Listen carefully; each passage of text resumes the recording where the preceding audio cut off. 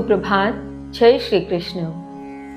वह प्राणी जिससे लोग परेशान नहीं होते, उद्विग्न नहीं होते और जो लोगों के द्वारा परेशान नहीं होता, प्रत्येक प्राणी में समभाव रखता है, किसी भी प्रकार से वह प्रभावित नहीं होता, जो सुख दुख चिंता भय सबसे मुक्त है, वह श्री कृष्ण को प्रिय है।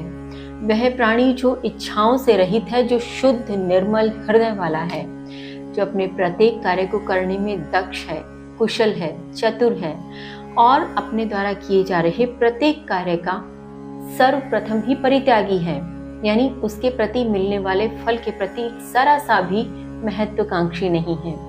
वह जो सभी में समभाव रख रहा है, जो उदासीन है। उदासीन से यहाँ तात्पर्य था कि इस प्रकार से नहीं कि निराशा का भाव, उदासीन यानी तटस्थ भाव, किसी भी प्रकार से कोई भी फल उसे प्रभावित ना करता हो, उसे कहते हैं उदासीन भाव अर्थात तटस्थ भाव। तो इस प्रकार के भावों को रखने वाला भक्त श्री कृष्ण को अत्यंत प्रिय है। आगे श्री कृष्ण क्या कहते हैं, आइए जानते हैं। श्लोक संख्या 17 है। यो न हृष्यति न द्वेष्टि न शोचति न कांक्षति शुभ अशुभ परित्यागी भक्तिमान्यः स मे प्रियः भक्तिमान्यः स मे प्रियः।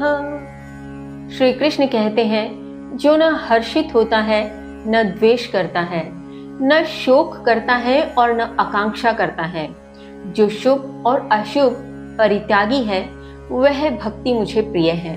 भावार्थ, यहाँ श्री कृष्ण उस प्राणी की भक्ति को सर्वप्रिय बताते हैं कि जो अपनी भक्ति में न तो हर्षित होता है, न ही किसी प्रकार से द्वेष करता है, अर्थात न उत्साहित हो रहा है और न निराश हो रहा है, जो न तो किसी प्रकार से शोक करता है, अर्थात किसी प्रकार का दुख प्रकट नहीं करता, और जो न ही किसी प्रकार की आकांक्षा रखता है।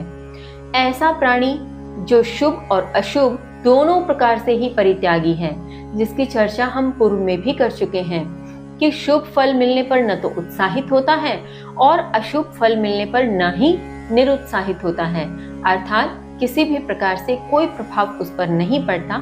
इस प्रकार की भक्ति श्री कृष्ण को अत्यंत प्रिय है। इसके आगे श्री कृष्ण कहते हैं, श्लोक संख्या 18 है। समः शत्रौ च मित्रे च तथा मानापमानयोः शीतोष्ण सुख दुःखेषु समः संग विवर्जितः समः संग विवर्जितः। चूंकि श्लोक संख्या 18 है व 19 संयुक्त रूप से अर्थ को सहेजे हैं, अतः हम सर्वप्रथम उच्चारण करते हैं श्लोक संख्या 19, तत्पश्चात इसके संयुक्त अर्थ को जानेंगे। आइए उच्चारण करें श्लोक संख्या 19। तुल्य निंदा स्तुतिर्मौनी संतुष्टो येन किंचित् अनिकेतः स्थिरमतिः भक्तिमान् मे प्रियो नरः भक्तिमान् मे प्रियो नरः।